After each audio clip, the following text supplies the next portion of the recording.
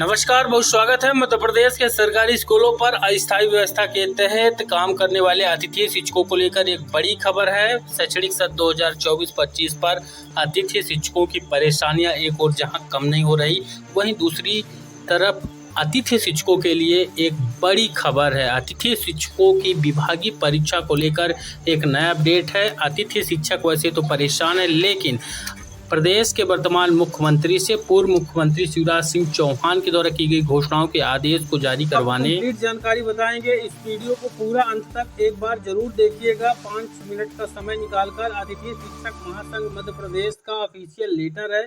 आप जानते हैं कि 2 सितंबर को जिला स्तरीय यहाँ पर अतिथि शिक्षक ज्ञापन दे रहे हैं कलेक्टरों को, और साथ ही 5 सितंबर 2024 प्रदेश स्तरीय राजधानी भोपाल में मध्य प्रदेश के मुख्यमंत्री का आवास का घेराव है। यानी अपनी जो लंबित मांगे हैं वह अतिथि शिक्षा का पूरी मनवा के रहेंगे। लेकिन आपको पता होना चाहिए कि आखिरकार मांगे हैं क्या, जो कि इस वीडियो में आपको दिखाएंगे। अतिथि शिक्षक महासंघ मध्य प्रदेश का ऑफिशियल लेटर है। इसमें केसी पवार जो कि प्रदेश अध्यक्ष हैं, आजाद स्कूल अतिथि शिक्षक संगठन की तरफ से, सुनील परिहार जो कि प्रदेश अध्यक्ष हैं अतिथि शिक्षक समन्वय समिति की तरफ से, और जो भी जिला अध्यक्ष हैं अन्य संगठन हो या इन्हीं संगठन के हो, वो यहाँ पर भाग लेंगे। आम अतिथि शिक्षकों का यह आंदोलन रहने वाला है। यहाँ पर आप देखेंगे ये लेटर है, ये पूरे मध्य प्रदेश के लिए है।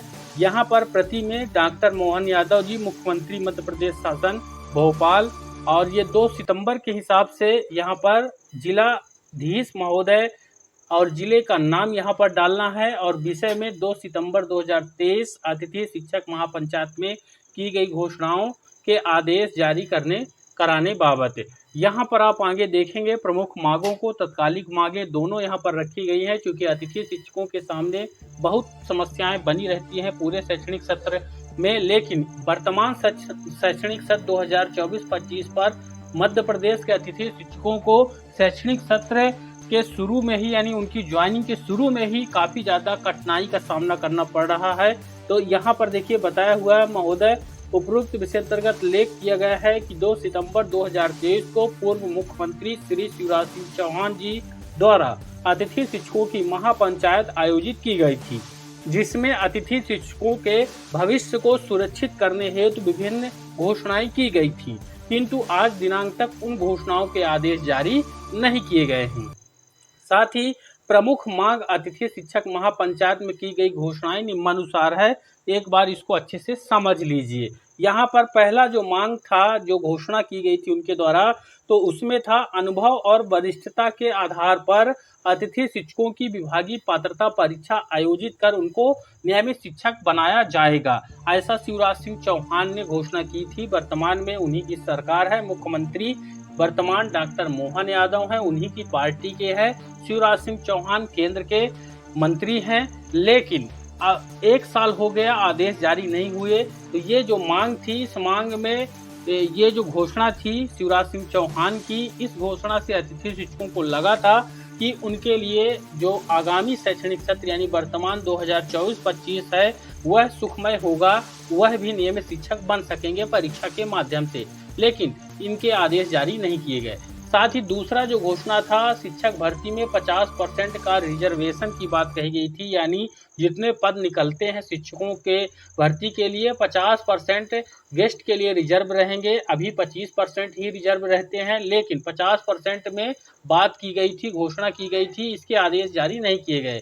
तीसरी जो घोषणा थी, शिक्षक भर्ती में प्रतिवर्ष 4 नंबर और 20 नंबर अधिकतम बोनस देने की बात कही गई थी, और ये शिक्षक की जो भर्ती होती है उसमें यहाँ पर देने की बात की गई थी। यानी यहाँ पर अतिथि शिक्षकों को पूरी तरह से अपने कब्जे में लिया गया था चुनाव के पहले।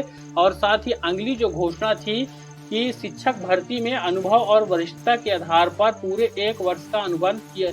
अतिथि शिक्षकों की जो भर्ती होती है स्कूलों पर, जैसे वर्तमान में हो रही है 24-25 पर, उसमें अगर कोई अतिथि शिक्षक, अभी आपने देखा होगा कि अतिथि शिक्षकों की नियुक्तियां स्कूलों पर होने के बाद 12 तारीख को नियुक्तियां पूरे मध्य प्रदेश में पुराने वालों को, ज़्यादातर अतिथि शिक्षक 12 अगस्त को नियुक्त हुए हैं।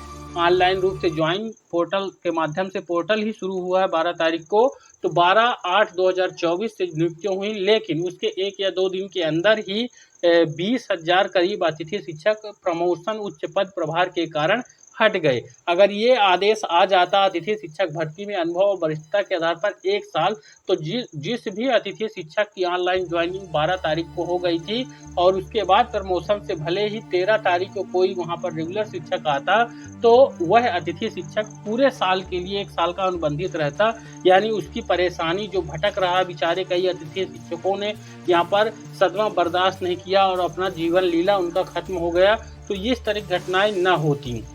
यहाँ पर आगे देखेंगे विगत सत्र 2023-24 में स्कूल शिक्षा विभाग में 72,200 अतिथि शिक्षक कार्यरत थे, किंतु वर्तमान सत्र 2024-25 में उच्च पद प्रभार और स्थानांतरण सीधी भर्ती पोर्टल पर पद रिजर्व रखे जाने से रिक्त पद प्रदर्शित नहीं हो रहे। तो यहाँ पर आंकड़ा भी ध्यान दीजिएगा, 72,200 थे 2023-24 में। अभी वर्तमान में पोर्टल अब तक अच्छे से काम नहीं कर रहा। यहाँ पर आप देखेंगे इन सभी जो ऊपर आपने देखा, इसके कारण 20 से 25,000 अतिथि शिक्षकों की नियुक्ति ही नहीं हुई है। शेष अतिथि शिक्षक अपनी नियुक्ति को लेकर मानसिक रूप से बहुत ज़्यादा परेशान है और यहाँ पर जो तत्कालिक मांगे हैं अतिथि शिक्षकों की, जो तुरंत समाधान होना चाहिए जिनका, यहाँ पर देखिए जैसे कि पहला स्कोर कार्ड में अनुभव के 10 नंबर की मांग यहाँ पर की जा रही है और 15 साल के यहाँ पर 150 नंबर जोड़ने की बात यहाँ पर की गई है। और इतना ही नहीं, 25 नंबर जो हटा था उसको यहाँ पर संगठन ने ही लेटर दिया, लेकिन संगठन की उम्मीद थी कि 10 नंबर 25 की जगह 10 नंबर 1 साल के दिए जाएं। तो अगर मान लीजिए कोई 3 साल भी करता है तो 10 के हिसाब से उसका 30 नंबर ऑलरेडी हो जाता, 25 से ज़्यादा हो जाएंगे। यहाँ पर 15 साल के अनुभव की बात की गई थी, 15 साल के 150 नंबर जोड़ने की बात की गई थी और यह संभव है क्योंकि जो रिटायरमेंट टीचर हैं उनको 100 नंबर डायरेक्ट अनुभव के एवज में दिए जाते हैं। तो अगर 150 नंबर वो अतिथि शिक्षकों को दे देंगे 15 साल के एवज पर, कोई बड़ी बात नहीं है।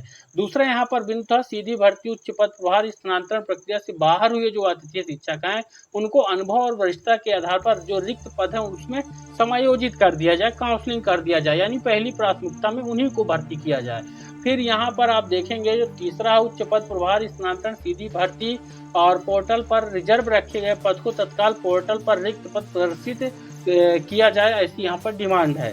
पोर्टल पर प्रयोगशाला सहायक शिक्षक के पद खोले जाएं, यानी लैब के पद होते हैं। लैब के पद अतिथि शिक्षक वर्ग 3 श्रेणी के होते हैं, लेकिन अतिथि शिक्षक बहुत सारे थे, 10 से 15,000 लैब के अतिथि शिक्षक थे जो कि वर्तमान शैक्षणिक सत्र पर नियुक्त ही नहीं किए गए। फिर था यहाँ पर संस्कृत वर्ग 1 स्कोर कार्ड वाले अतिथि शिक्षक को वर्ग 2 में नियुक्ति का ऑप्शन पोर्टल पर तत्काल चालू किया जाए, जो कि नहीं चालू किया गया। अंग्रेजी वर्ग 1 स्कोर कार्ड वाले अतिथि शिक्षक को वर्ग 2 में नियुक्ति का ऑप्शन पोर्टल पर तत्काल खोला जाए। साथ ही शैक्षणिक सत्र 2023-24 में 30% से कम परीक्षा परिणाम वालों को भी यहाँ पर शामिल किया गया। उनके लिए अतिथि शिक्षकों को 24-25 में नियुक्ति हेतु एक मौका देने की यहाँ पर मांग की गई है।